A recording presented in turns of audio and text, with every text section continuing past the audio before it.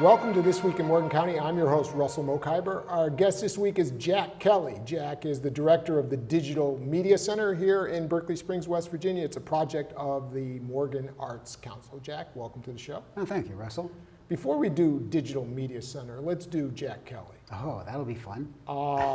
Let's talk about, just give us Jack Kelly in a nutshell. Where you were born, what your parents did, where you went to school, something like that.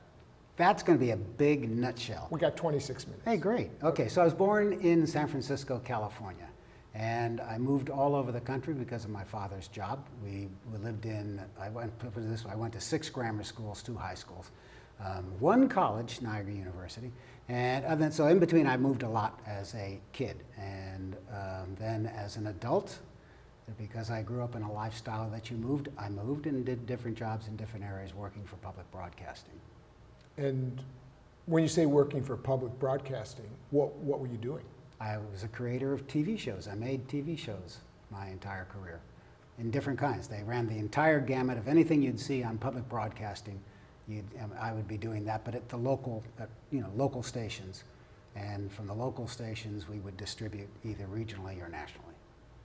So did you work on Sesame Street? No, that is a project of the Children's Television Network. That's a different entity than XXI in Rochester. You might be familiar with that, being a Niagara person. In the University of Illinois, I was there at Champaign-Urbana. I was in Reno, Nevada, and I was in Miami, Florida. What about It's a Wonderful Day in the Neighborhood? That's Fred Rogers, Pittsburgh, QED. You never met him? No, I never met him. I met Speedy Delivery, but I never met Fred. Wait, who is Speedy Delivery? He was on Mr. Rogers. Oh, okay. I just. Oh, well, you threw out Fred Rogers. No, I get it, but I'm just. It's like a cultural reference. I'm not a big. I don't think I ever saw the show. Oh, well, probably I didn't either because I was an adult by the time that started. Okay, all right. And what brought you to Berkeley Springs? Well, actually, I started my public broadcasting career in West Virginia, down in Beckley. And when my wife and I were looking at a place to retire, we have daughters on the East Coast and the West Coast. And so it was a matter of finding some place that was near a daughter, affordable, near an airport, and then we could fly back and forth to visit the family that was on the other side of the country. And it turned out when we were looking through West Virginia, and Maryland, we found Berkeley Springs and decided we liked it because it was an arts community and it was a small town after Miami. A small town made a lot of sense to me. Did you like Miami, by the way? That's non-disclosure, no. Oh, okay. No, I did not like living in southern or south, what I call southern Florida. Yeah. No, too hot. I found it too hot and too humid. How long were you there? I was there for 7.5 years. Wow. Yeah. And how long have you been here? I've been here full-time since 2012. So I retired in 2012. Okay. Tell us about the Digital Media Center. How did it start? I would say serendipitously. I was at a Eastern Panhandle Entrepreneurs Forum. And I went to the Entrepreneurs Forum and met Gene Mosier and Ann Beckley, who at the time was the executive director, and introduced myself and said, I've just moved up here, I retired from public broadcasting, and Jeannie was like, oh, the stars have said you were going to come, or something along those lines. And next thing is we had a meeting. She told me about her dream to have a sort of a digital media center. And they wrote a grant and got the funding for the grant, and that paid for all the equipment that we now have at the Digital Media Center. Which is right here. Right here, correct. And really what I look at this is, it's the only broadcast television studio in Morgan County because we're set up as a sort of a broadcast studio, and all the equipment is broadcast quality equipment. So we have a broadcast studio right here in Morgan County. Where's the funding from? I don't know where the funding came from because Ann wrote the grant and then just told me she got the money. So I hate to say that. If they ever watch this thing, then it'd be like, ooh, he doesn't even know where the money came from. And the idea is what? Why a digital media center? To engage, it's actually the Digital Media Center for Community Engagement. And the whole idea was to build a facility that would engage people to learn the digital, how to create content in the digital world, and train people in basically job skills, in communication skills. When you work in a studio environment, you have to be able to communicate well. So the whole idea was to set up and engage the community to give them both training, and it's a fun thing. Making TV shows is fun. But then also, if they worked in the camera, if they worked as a director or a switcher, they could go on to a TV station conceivably and get a job there. One of the shows is our show this Right. week in Morgan County. What else is being produced here? We have the Chamber Spotlight, which is obviously what it sounds like. It's the Chamber of Commerce doing a spotlight on some of the businesses in town. John Peterson from the Arlington Institute produces a show called Postscript. And then Tom Rubel, who's the new executive director here at the Morgan Arts Council, he's producing a monthly show that is state of the art. And so we have now 4 shows that we do. And then there's an occasional special that gets done.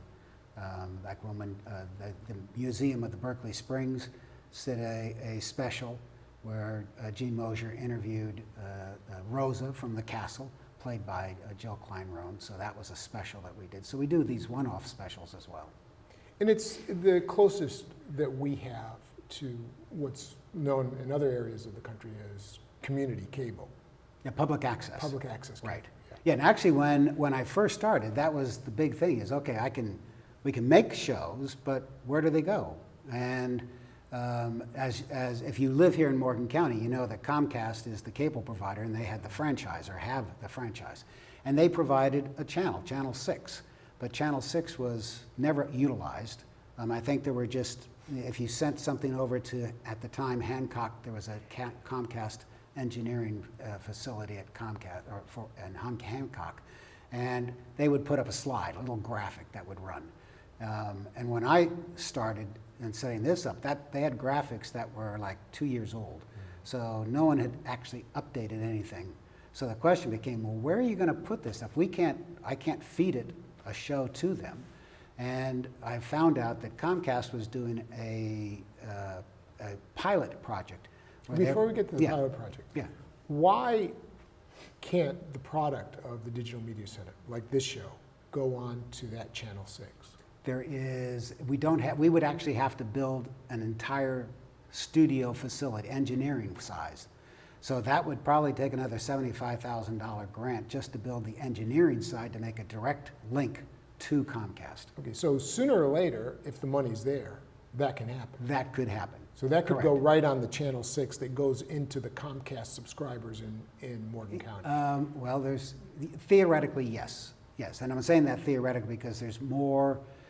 The Channel 6, I think Comcast and the County Commission just signed a new contract or a new franchise agreement. I don't know if Channel 6 is still there within that agreement or not, because they have gone to this. What they're trying to do is, right now you may know about the whole thing with the spectrum, the digital broadcast spectrum. They're trying to sell off chunks of it so they can allow Wi-Fi and broadband, not broadband, but cell phone, greater access. So they're squishing this stuff down. So if they can give up Channel 6 as a section on their lineup, they're freeing up a little bit of spectrum. Channel 6 might be gone. Could be, I don't know. Could be. Okay, but what they started was this broadband public access channel. And when we found out about that, that made more sense, because if we're doing all this effort in creating a show, but only the Comcast subscribers in Morgan County can see it, then it's like, well, there's little value there. But by making it broadband, now anyone, not only in Morgan County, but Eastern Panhandle, West Virginia, outside West Virginia, around the world, can watch our product. But it could be both. It could be both. Right. It could. There was no reason it can't be both. Now, and we found in the history of this program that it works really well. For example, when we interviewed the candidates for sheriff, it was very popular. Extremely popular. And what was happening was the supporters and the opponents, and this was the most active campaign in the last election. Right. For some reason, it was the sheriffs, not the county, commission or anything like that. It was the sheriffs. And what we found was that both the opponents and the proponents of each candidate were watching everything. Right, and All the sharing it. interviews. And sharing it, yeah. Because the views were really very, very good for such a short amount of time.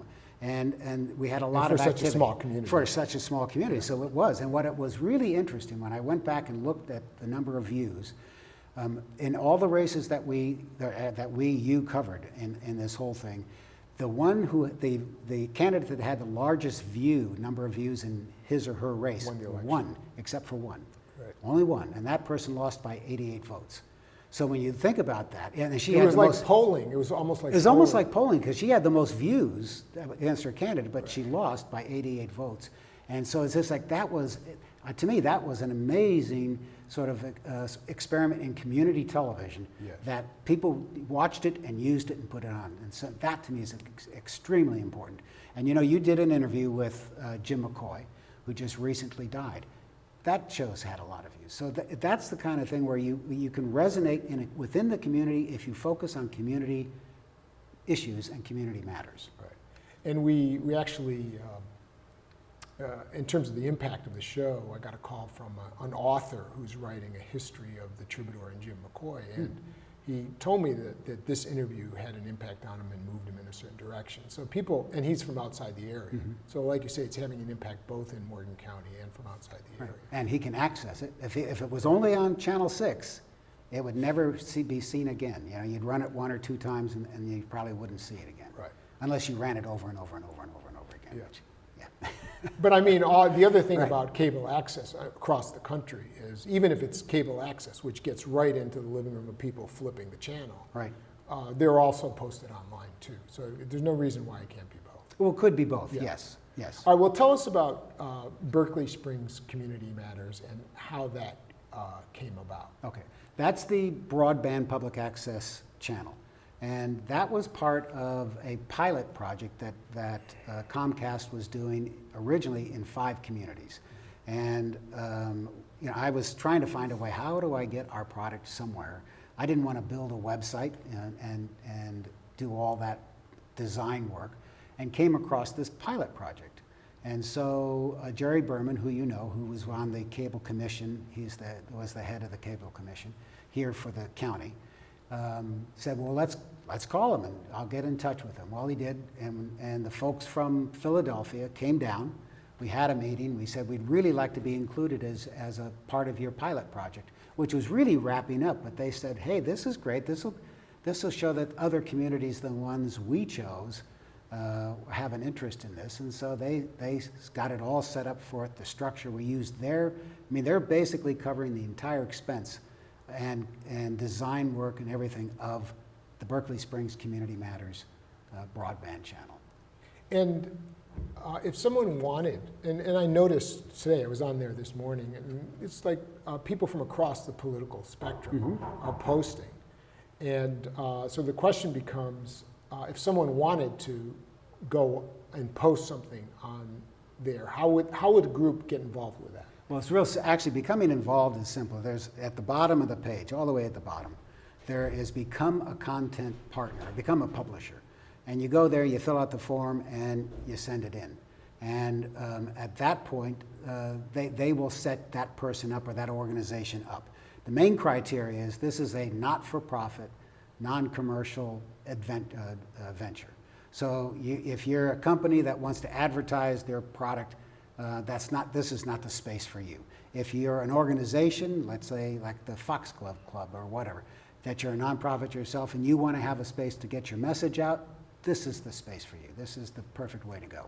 If you're an individual who happens to be an artist or someone else that does something and just wants to inform, you can sign up and become a content partner. Because it's all about providing information, entertainment, and inspiration to the people in the community. How, you also provide, tell us about the programs of the Digital Media Center, things that you do. What do you mean? I'm not sure. Well, like not only do you give the opportunity for people to make their own programs, right. but you allow them you train them on? Oh, okay, I see what you're saying. Yeah, we have, everyone who works here is a volunteer. So we have camera operators, directors, switchers, or technical directors, they're called technical, but they switch their software to switch the cameras. So they can learn all about camera, switching, directing, audio. They can learn all those skills because you and I sit here talking, but there's people that have to be on the other side of the camera that are actually doing the hard work. And we set up, for a year, we were trying to attract people, and after a year of holding meetings and sort of training sessions, we've had a good core group of 5 to 7 people that were interested in coming in, and that's when we started doing the shows, because at that point, I had people trained, and they were committed volunteers who wanted to do it. And we're always open to have more volunteers because, our schedule is flexible. Volunteer schedule is flexible. So if you can't make it today, then we got to find someone else to fill your shoes. And it's always that kind of thing. So the more volunteer the group, the better. But everyone that's done it has a good time because it's just fun. It's fun making TV shows. Do you know of any other such cable show in West Virginia? Or not cable show, but do you know of any other such effort around the state in terms of community access cable that in such a small community? No, I don't. We are unique. On the Comcast pilot side, the only other community that is the small one was one in New Hampshire, Vermont. And the town had 17,000 people. They thought that was a small community. Well, Morgan County only has 17,000 people total. Oh. So here we have a whole county that is as the same size as their smallest market that they were trying to work in. And we're doing actually a lot more than that small community, which is, if you were to say Berkeley Springs, how many people do you think are in Bath, Berkeley Springs? 3,000, something like that. So here they have 17,000, and yet we're doing a lot more. And it's in part because we have a really committed group of people who want to just make TV shows. And on the Comcast side, how many pilots are there? I mean, there were 5. There's only 5. Right. There were 5 pilots, and so it's Philadelphia and Berkeley Springs. And I put it this way: maybe they've gotten something else because they were trying to tell their bosses, because the folks in Comcast that were the unit that created this was the local development. So they were looking at the local program development unit, and they were looking to expand and do more. And wouldn't it be great to be able to go to your bosses at the head of Comcast and say, look how much we are engaged in our communities, and we're gaining back a little bit of the broadband spectrum that you can do something else with. But anyway, so but they've been very helpful. Whenever I have an issue or a problem, I can call them up and I get their help right away. Are you a little disappointed, though, in the response? Because, I mean, here you have a remarkable situation where people can come in and do their own TV. So, I mean, my fear would be, if I were in your shoes, that would be overwhelmed? Well, not that you'd be overwhelmed, but you'd be producing shows that you wouldn't want to produce. Like, there would be people who would want to put on content that you would find somehow objectionable. But in fact, it's like the problem in most of America is there's a lack of civic initiative. Yeah, I think there is a lack of civic initiative. But the one thing, when you say that I might not like, it's true, I could not like a show, but there are guidelines that are established about what content is allowable. So overtly political content, let's say a candidate or a party having overtly political material is from the Comcast has already said, no, that's not. But we've done that. No, we have not. We've had candidates on. That's not overtly the same. political. No. That is but you had every candidate in the race on. Right. You didn't limit it to just one candidate and say there's one candidate. We actually have the Potomac Tea Party is a content provider. But when they signed up, we explained to them that you can provide information. You can provide information about when your meetings are happening, who's coming to your meeting, but you can't turn around and then advocate and make it a one-sided political statement coming out. You understand the difference between non-commercial, non-political. You can cover politics, but if you cover politics so it's balanced, And I hate to use that word in today's world because balance is not. What does balance mean? What's balance mean? It's not the. It's And we know of a network whose motto is fair and balanced. So right. you say the motto of the Digital Media Center is fair? No, you're not. Say, no, because we're that's not fair. But I'll or tell balanced. you, when I first started in television, which was like 35, 40 years ago, I was working in San Francisco, and the one station I was working at was KRON TV, Channel 4, which was the NBC affiliate. They had a reporter go out and do this story, and he had to go to a school to do something that the school was doing. And he arrived with his cameraman, and they were just finishing a thing of musical chairs in the classroom. And he said, "Hey, could you do that again?" They redid it. They did it. Kids playing musical chairs. He came back. He put that into his news story. They found out that he said, "Can you do that again?" He was fired because he staged the news. All right, and that was like, no, you do not stage the news. To me, that was a big lesson. If you had a quote, you had to have three sources confirm the quote. But don't you think that's a little silly on musical chairs? I think they were sending a lesson to all the other people, is that you do not stage the news. It was very emphatic. I mean, all right, well, let's go back to fair and balanced because I'm interested in this. Not overtly political. Yeah. That's we had fair and balanced. we had. I mean, I don't think it's an issue now because the reality is I think this is a great setup for to express a civic point of view. Yes. Or whatever is happening in the community, and eventually it's going to happen. People are going to come in and want to present their points of view more than they're doing now. Well, you can have a show, let's say call a show, Point of View, and if you were then saying, okay, I'm going to produce this show, Point of View, and do it, then I'm going to make sure that I have a variety of points of views, not just mine only, and that every week you tune in and I'm ranting about whatever. And whether or not there's any basis of fact in my rant, doesn't mean, you want to have some of that. But if it's only you ranting, and that's all you hear, that's not fair, balanced, or anything. That's overtly political. All right, now who's going to make again, this is all hypothetical now, right, because you really haven't faced this issue yet. No, you have not. But who's going to make the decision on, like, here are the guidelines, who decides? Well, okay, the guidelines exist already that with Comcast set out. The other side is coming from my background in public broadcasting. We did in public broadcasting, we've done debates, we did public affairs shows, you do them all where you're doing the same thing we're doing and you're having a variety of points of views, but it's not just one point of view that you're talking to over and over again.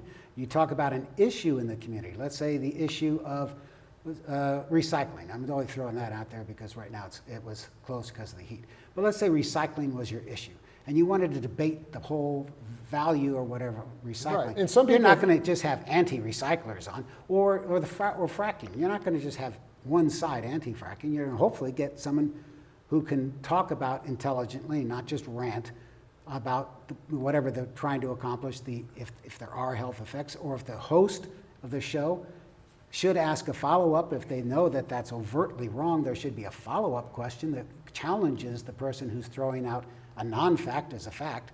And that's what makes that kind of show, in my mind, work, because I would come from it from the public broadcasting perspective of how you produce those programs. Now back to the question, Yeah. who decides? Let's say there's a show Right. that, in your judgment, violates the guideline. Right. It's an activist from one point of view or another who you say, well, not really objective. What would you say? First, I'd talk to the person, and I'd try to explain that you have to work at being more objective in your presentation, that you have to have the balance in the show so it's not just your point of view going out. And that's where I would start first, trying to train and explain to the person. If that failed, then we'd probably have to say, okay, well, we have a small core of people that are, I don't want to call them The board. the board. We'll call them the board. And you could always say, okay, what do you guys think? And but the whole thing is this hasn't happened, and so it's a hard thing to say at this point in time. What would you do? Right. All right, so what can we look for coming up? What do you foresee for the program as we close? As the center, for the Digital Media Yes, Center? for the Digital I'm Media. hoping, my goal, I would like to see some more people in the community doing something. In fact, there's one woman who has an interest in doing something with kids from school. She's Elaine Park, and she runs the 12 Habits for Wonderful People. And she's sort of exploring an idea to do something out of here. And that would be great. I've talked to some other people in the community saying, hey, you know, I saw you on one of Russell's shows. Would you be interested in hosting a show where you could talk? So I try to get people involved. And we still try to put out the word that we're looking for volunteers to run the camera. So certainly I would like more people and more shows, but we do have a finite number of things we can do based on a volunteer staff. Okay. And if people wanted to have a show, how do they get in touch with you? They go through the Morgan Arts Council. They can either call the Morgan Arts Council at 304-258-2300, Okay. or email the Morgan Arts Council and just say, I'm trying to get a hold of Jack Kelly, and they'll send out the information how to get a hold of me. Well, congratulations. And Thank you. full disclosure, the Digital Media Center, we're here, you started it, we're part of the show, but I hope I was fair and balanced. Yes, you were. Should I call you? No, I won't go there. All right, Russell. All right. And thank you for watching This Week in Morgan County. Come back next week. I'm Russell Mokhiber.